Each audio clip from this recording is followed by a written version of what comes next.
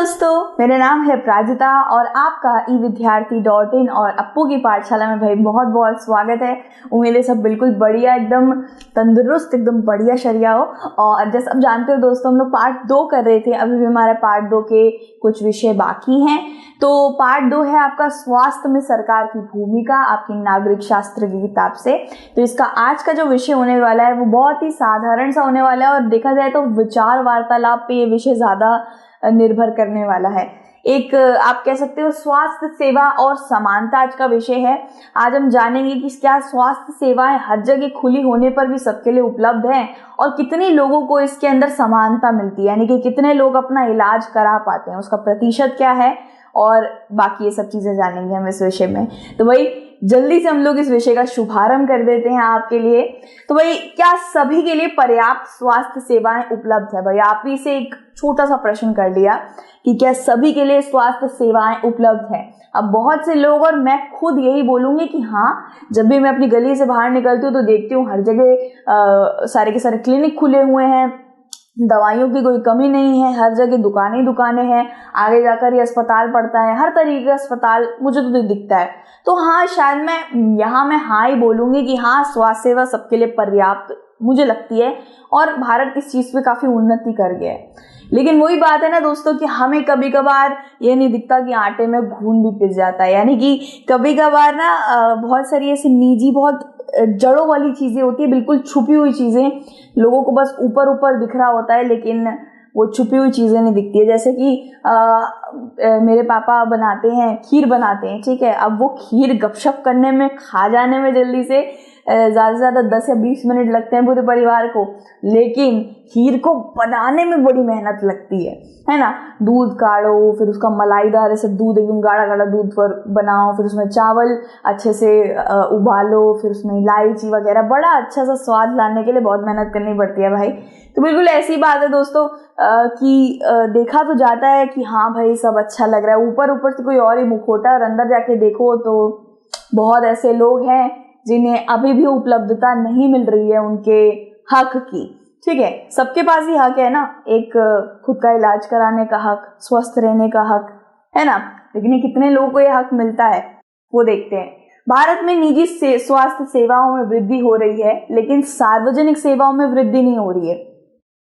अब दोस्तों, अभी मैंने आपको बताया कि गली से बाहर निकलते मेरी बहुत सारे अस्पताल दिखते हैं मुझे, लेकिन क्या आप एक चीज कभी भी एक अस्पताल में गौर करते हो कि क्या वो अस्पताल सरकारी है या वो अस्पताल सार्वजनिक है, सार्वजनिक सरकारी है या फिर निजी अस्पताल है?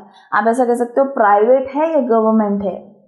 तो जैसे हमने पूरे इस पाठ्यक्रम में पढ़ा ही है दोस्तों कि प्राइवेट अस्पताल जो होता है उसमें अच्छा खासा पैसा लग जाता है, अच्छा खासा मतलब लाखों तक भी बिल का चला जाता है आराम से। अगर बीमारी बड़ी हो तो, और बीमारी छोटी हो तो भी काफी अच्छा खासा पैसा लग जाता है। गरीब इंसान के हिसाब से वो पैसा भी बहुत ज्यादा होगा, 10-15 हजार रुपए।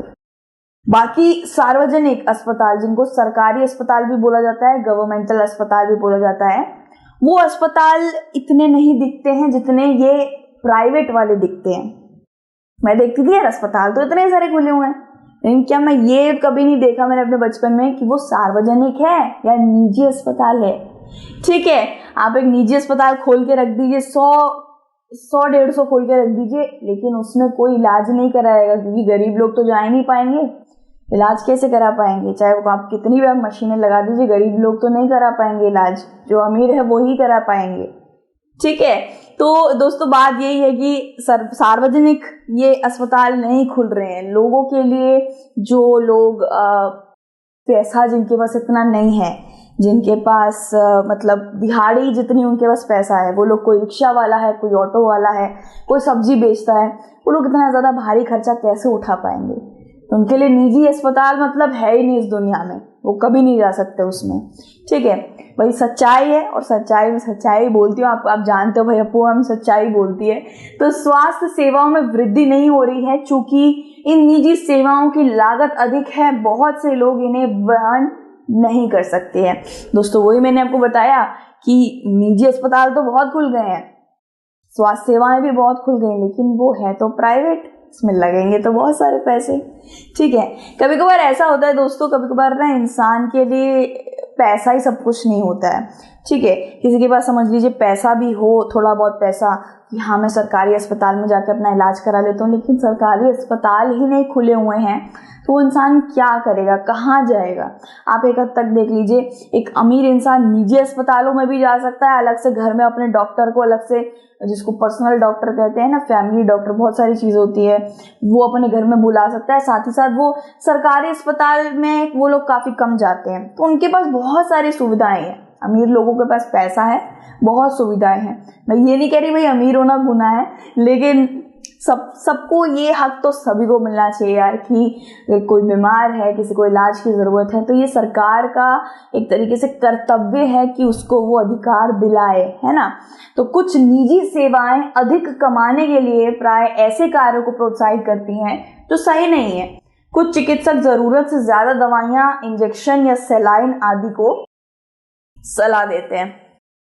इस पंक्ति को समझाने के लिए मैं आपको एक अपना छोटा सा कहानी समझाती हूँ। तो दोस्तों क्या हुआ था, जब मुझे पीलिया जॉन्डिस हुआ था 8वीं कक्षा के अंदर, तब मुझे यहाँ पे अभी तो हट गया है, लेकिन मेरे पूरे इस हाथ में छेद हो गए थे। मतलब इतने सारे निशान से हो गए थे, अब तो बिल्कुल नहीं है, हट गए। वो तो काफ़ी ज़्यादा बड़े हुए हैं अब, इसलिए हट जाते हैं। वो सारे इंजेक्शन के निशान थे और कम से कम 15-16 इंजेक्शन आराम से मुझे ठुके हैं। और मेरा खून भी बहुत बार, 3-4 भी नहीं, 5-6 बार खून निकाला गया था। मेरे को इतना ज़्यादा बुरा लग रहा, मैंने कहा यार बड़ी मुश्किल से खून बनाती हूँ मैं, तुम लोग निकाले जा रहे हो। ठीक है, तो ऐसा मुझे थोड़ा बहुत अपने इस वक्त पे, इस उम्र के दौरान मुझे काफ़ी चीज़ें देखने को मिली कि 1 या 2 इंजेक्शन से मेरा ठीक हो सकता था। मुझे सलाइन चढ़ा के 5 बोतल सलाइन चढ़ी थी। मुझे कुछ दवाइयाँ देके ठीक करा जा सकता था, लेकिन मुझे बहुत ही ज़्यादा दिन तक अस्पताल में रोक के रखने के लिए, या बहुत ज़्यादा पैसा निकालने के लिए, या आप कुछ भी कह सकते हो, ऐसे करके भी लोग करते हैं। मैं कह रही हूँ सारे लोग नहीं करते, पर कुछ लोग करते हैं ऐसे। तो उन्होंने करा था और जहाँ तक मुझे लगा कि मैं काफ़ी जल्दी ठीक हो सकती थी, लेकिन काफ़ी वक्त लिया उन्होंने, काफ़ी चीज़ें फालतू की लगाई जहां तक मुझे लगता है, जबकि साधारण इलाज भी पर्याप्त हो सकती है। देख लीजिए भाई, ये पंक्ति भी मेरी बात को एकदम सच्चा खरा उतार रही है कि भाई साधारण इलाज भी कभी कभार, मतलब ये हैंड सूटे पैंट सूटे, ये माथा पीछी, इतना सब नहीं लगाना पड़ता है किसी चीज़ के अंदर। कोई चीज़ हमेशा साधारण इलाज से ही ठीक हो जाती है। कभी कभार गले में खराश हो जाती है, वो गले में खराश होने से आप विक्स खाते रहते हो, लेकिन कभी उसके पैकेट को नहीं पढ़ते हो कि विक्स के अंदर 2 से 3 साल के बच्चों के लिए वो विक्स सही रहती है। विक्स कभी कभी गले को और भी ज़्यादा बांध देती है, और भी ज़्यादा वो कफ बनाती है। इस वक्त में आप एक साधारण सा इलाज कर सकते हो, और वो ये है कि तुलसी और अदरक की बढ़िया चाय बनाओ और पियो और कुल्ला करो। बस ये साधारण इलाज से भी आपका खांसी जुकाम ठीक हो सकता है। लेकिन बहुत से लोग बहुत सारी दवाइयाँ खाने लग जाते हैं, डॉक्टर के पास जाने लग जाते हैं, है ना। और भारतीय आबादी के 20% लोग ही बीमारी के दौरान आवश्यक दवाइयों को खरीदने में सक्षम होते हैं। दोस्तों देखा जाए तो अगर 60 से 80% देखो, बीमार तो लोग होते ही रहते हैं। आप जानते हो बीमारी एक ऐसी चीज़ है जो लगती ही रहती है। ठीक है, 2-3 साल में एक बार लगती है, ऐसा नहीं है। कभी किसी को जुकाम, कभी किसी को खांसी बीमारी, कभी किसी को अस्थमा की बीमारी, कभी बुखार, तो भाई साल में कभी ना कभी आपको 4-5 बार हो ही जाता होगा। वो नहीं होता तो बहुत ही बढ़िया बात है, क्योंकि आप स्वस्थ हो, बिल्कुल अच्छी बात है अगर आपको बीमारियां नहीं होती हैं तो। वरना देखा जाए तो बीमारी एक ऐसी चीज़ है जो सबको एक ना एक बार तो लगती ही है, और काफ़ी अच्छा उसी वक्त पे खर्चा भी करा देती है। ठीक है, तो ये यहाँ बोला गया है कि 20% लोग बीमारी के वक्त पे दवाई नहीं खरीद पाते हैं। तो सोचिए वो इस वक्त पे सिर्फ तड़पते होंगे, इस वक्त पे सिर्फ उस बीमारी को झेलते होंगे, उनके पास पैसे तक नहीं होते होंगे बीमारी का दवाई खरीदने के लिए। ठीक है, और ये बहुत ही ज़्यादा गंभीर बात है दोस्तों। दवाई, चलिए इलाज तो दूर की बात है, इलाज लोगों को नहीं मिल रहा समझ आता है, लेकिन दवाई तो मिल सकती है ना। ठीक है, कभी कभार ऐसा होता है भाई, बड़े बड़े मर्ज के लिए दवाई ज़रूर चाहिए होती है, सर दर्द के लिए दवाई ज़रूर चाहिए होती है जो 5 मिनट में आराम दे दे, लेकिन कुछ लोग तो दवाई तक नहीं खरीद पाते और उसी को सहते सहते सो जाते हैं। ठीक है, तो किसी बीमारी या चोट के कारण अस्पताल में भर्ती होने वाले 40% लोगों को खर्च के भुगतान के लिए पैसे उधार लेने पड़ जाते हैं। अब दोस्तों जैसे शायद कौन सा वो एक हमने कहानी पढ़ी थी ना हाकिम शेख की कहानी, शायद इसी के अंदर था। हाकिम शेख की कहानी में हमने देखा था भाई वो भी गरीब था, एक मजदूर था, उसका रेलवे से नीचे गिर के उसका सर फट गया था और ऐसे गंभीर स्थिति में आपके पास कोई चारा नहीं रहता, अस्पताल जाना ही पड़ता है, तो उसको भी अस्पताल जाना पड़ गया था। और ऐसा आपकी जिंदगी में या आपके पापा मम्मी की जिंदगी में या मेरे मम्मी पापा की जिंदगी में ऐसा एक क्षण जरूर आता है दोस्तों, जिस वक्त अच्छा खासा बीमारी में काफी सारा पैसा लग जाता है ना। मेरे मम्मी पापा का तो बहुत बार पैसा लगा है, क्योंकि मैं, मेरी बहन, मेरा भाई तो नहीं, मैं, मेरी बहन बहुत बीमार पड़े हैं, 15-15 दिन तक, एक महीने तक भी बीमार पड़े, और उसमें काफी अच्छा पैसा लग जाता है। अपनी कुछ संपत्ति भी बेचनी पड़ जाती है दोस्तों, ये भी मैंने काफी देखा है। कभी कभार जब अस्पताल में किसी को भर्ती करना होता है, बहुत से लोग हैं जो सेविंग नहीं करते हैं, यानी कि पैसे नहीं बचाते हैं, तो उन लोगों को उस वक्त पे कुछ गिरवी रख देना पड़ता है, कुछ सोने का कुछ गिरवी रखना पड़ता है, किसी से उधार लेना पड़ जाता है ब्याज पे। और एक गरीबों के साथ तो बहुत ज़्यादा होता है। जो गरीब नहीं भी होते हैं ना दोस्तों, उनको भी कभी कभार इस स्थिति से गुजरना पड़ जाता है। जैसे अगर मैं बोलूँ खुद को कि मैं गरीब की श्रेणी में नहीं आती, मैं मुँह पे कहती हूँ भाई मैं गरीब हूँ, वो मैं ऐसे मजाक में कह देती हूँ, लेकिन हाँ मैं ये तो नहीं कहूँगी कि मैं गरीब हूँ, अच्छा पहन रही हूँ, खाने को मिल रहा है, सर पे छत है, इतना तो मेरे मम्मी पापा ने मुझे दिया है, तो मैं खुद को गरीब नहीं बोलूँगी। लेकिन हाँ कभी कभार ऐसी स्थिति भी आ जाती है दोस्तों, जिसमें कभी कभार हम लोग भी इतना ज़्यादा खर्चा नहीं उठा पाते हैं।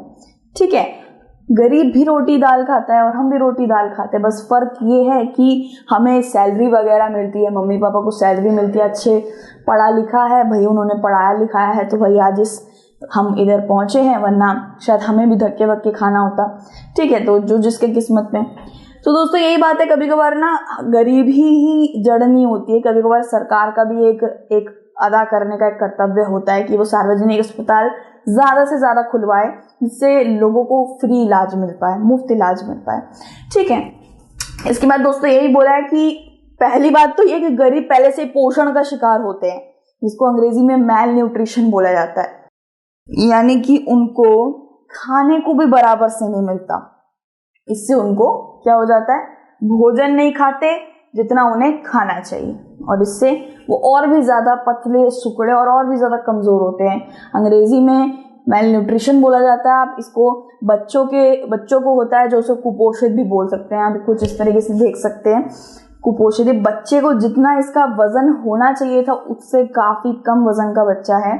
तो गरीबों की पहले से इतनी तकलीफ़ें होती हैं, और देखा जाए तो बीमारी भी हो जाती है, फिर धन संपत्ति बेच जानी पड़ती है, बहुत दिक्कतें आती हैं दोस्तों। रोज़मर्रे में भी दिक्कतें आती हैं, ऐसा नहीं साल में 2 बार आ रही हैं, रोज़मर्रे की गरीबों पे बहुत पहाड़ टूटते हैं। उन्हें पीने का पानी, पर्याप्त आवास, स्वच्छ परिवेश आदि जैसे बुनियादी आवश्यकताएं भी उपलब्ध नहीं हो पाती हैं। दोस्तों कभी आपको पानी की प्रॉब्लम को लेकर बैठे रहना पड़ता है कि साफ पानी नहीं आ रहा है, पानी को उबालना पड़ेगा, क्या मम्मी पीने का पानी है, क्या नहाने को पानी है, आज मम्मी खाने में हो जाएगा, हम लोगों का 1 रोटी हो जाएगा। हमें कभी ये सब नहीं सोचना पड़ता है ना। मुझे एक वक्त में थोड़ा बहुत सोचना पड़ा था, खैर वो सब मैं आपको दुख भरी बातें नहीं बताना चाहती, आपको खुश रखना चाहती हूँ।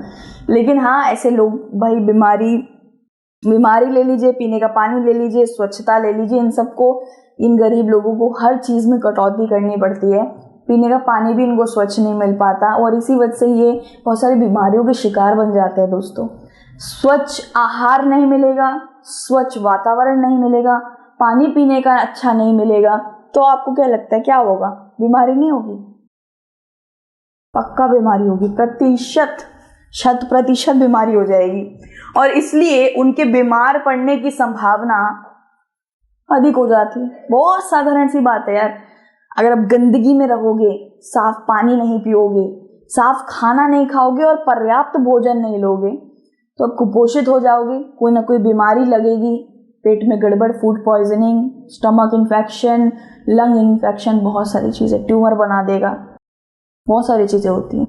ठीक है, तो परिवार में पुरुषों के स्वास्थ्य की तुलना में महिलाओं के स्वास्थ्य संबंधी चिंताओं को कम महत्वपूर्ण माना जाता है। ये पता नहीं कुछ एक ऐड आता था यार, उसमें दिखाते थे वो औरत गांव में रहती है और वो गर्भवती थी, पेट से थी, लेकिन आसपास दूर दूर तक कोई अस्पताल नहीं था, दूर दूर तक कोई अस्पताल नहीं था, और वो पूरा पेट पकड़ के बैठी हुई थी। मैं आपको बता भी नहीं सकती कि 224 हड्डियां टूटने जितना दर्द होता है जब माँ एक बच्चे को जन्म दे रही होती है, और वो औरत मतलब खटिया के पास बैठकर वो दर्द झेले जा रही थी। और कुछ कुछ औरतों की और उनके बच्चों की इसी वजह से मृत्यु हो जाती है। ठीक है, कई आदिवासी क्षेत्रों में कुछ स्वास्थ्य केंद्र हैं और वह भी ठीक से नहीं चलाए जाते हैं। ये बात सही है, बिल्कुल खरी खोटी सच है दोस्तों। अब सच से आप मुंह नहीं फेर सकते हैं, ना ही आंखें मूंद सकते हैं। भाई ये सच है और ये मेरे को बताना ही पड़ेगा कि हाँ, ये बात तो आपने देखी होगी कि बड़े बड़े सुंदर आलीशान अस्पताल, होटल जैसे तो खुल जाते हैं, लेकिन जो गरीब लोग हैं, जिनको सबसे ज़्यादा ज़रूरत है, जिनको जैसे अभी हमने अभी पढ़ा, कबीले के लोग होते हैं जो जंगलों के पास रहते हैं, उनके लिए एक स्वास्थ्य केंद्र नहीं बनाया जाता, और वो बनता भी है तो उसके अंदर आपको एक पैरासीटामोल भी ठीक नहीं मिलेगी, वो भी एक्सपायरी टैबलेट पड़ी रहेगी। तो ये बात है दोस्तों, ये कुछ ऐसी चीजें हैं, साधारण चीजें जिनको हर एक व्यक्ति को देना चाहिए, जो है पर्याप्त आवास, यानी एक अच्छा घर, आसपास स्वच्छता होनी चाहिए, हमें खुद सड़कें साफ भी रखनी चाहिए, स्वच्छ परिवेश, स्वच्छ पानी का अधिकार भी भाई सबको है। साथ ही साथ आप देख सकते हैं हर चीज का अधिकार एक व्यक्ति को है, ठीक है, उसको इलाज कराने का अधिकार भी है, लेकिन सार्वजनिक सुविधाएं अभी तक बढ़ी नहीं है, उन्हें बढ़ाना जरूरी है। ठीक है, तो क्या किया जा सकता है भाई, ये विचार वार्तालाप वाला विषय है, लेकिन हाँ काफी ज्यादा महत्वपूर्ण विषय है। मुझे लगता है इस पाठ्यक्रम के हर विषय को आप अच्छे से देखना, क्योंकि हर विषय के अंदर एक अलग ही जानकारी दे रखी है, वो आपको बहुत काम आएगी। ठीक है दोस्तों, तो दूसरी वीडियो में हम लोग जल्दी से मिलते हैं, और काफी गंभीर गंभीर विषय आ गए हैं। पहले काफी मस्त मस्त विषय थे, लेकिन अब थोड़े गंभीर विषय आ रहे हैं, तो उसके बाद चर्चा करते रहेंगे और आपसे जल्दी से मिलते हैं। ठीक है, अपना ध्यान रखिएगा। गॉड ब्लेस यू एवरीवन, और ऐसे ही हंसते रहो क्योंकि बहुत प्यारे लगते हो। Take care and bye.